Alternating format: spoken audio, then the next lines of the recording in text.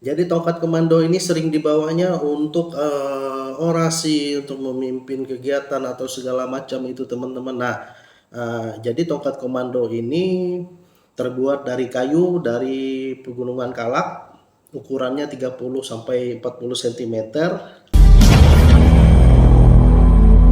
Hello Brave People, welcome back to my channel Pahayariwut. Apa kabar teman-teman yang ada di rumah? Semoga kalian baik-baik saja ya. Terima kasih teman-teman sudah menonton dan mengklik video ini.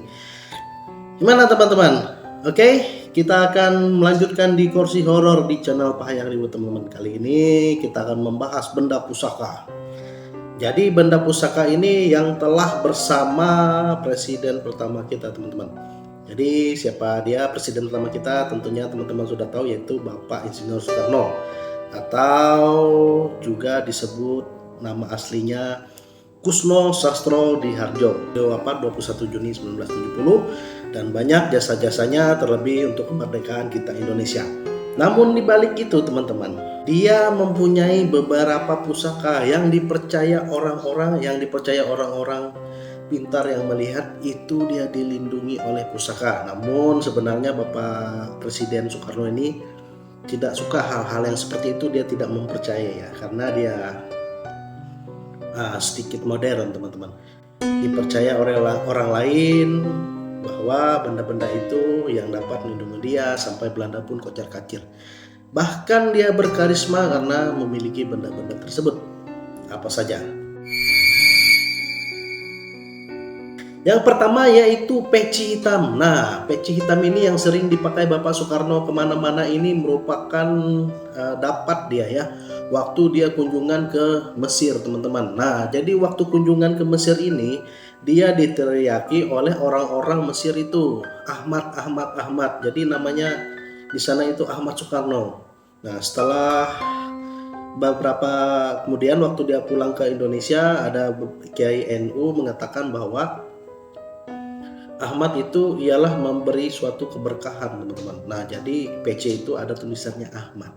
Nah, jadi dipercaya dia membawa keberkahan, karisma ya, karena memakai PC itu. Itu dia teman-teman. Next. Yang kedua yaitu wasi kuning teman-teman. Teman-teman mungkin sudah tahu wasi kuning kegunaannya untuk apa? Ya, betul teman-teman. Jadi wasi kuning ini untuk anti terhadap benda tajam teman-teman ya, seperti itu.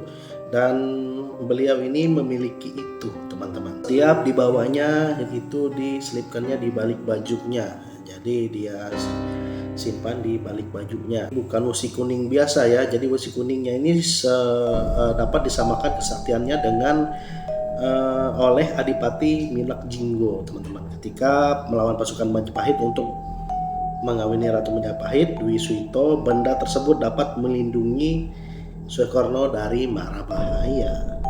Jadi buktinya yaitu dengan lolosnya percobaan-percobaan yang dapat menghilangkan presiden kita Soekarno ya teman-teman. Jadi percobaan-percobaan itu gagal terus karena dia memiliki wasi kuning ya, dipercaya seperti itu ya menurutnya teman-teman.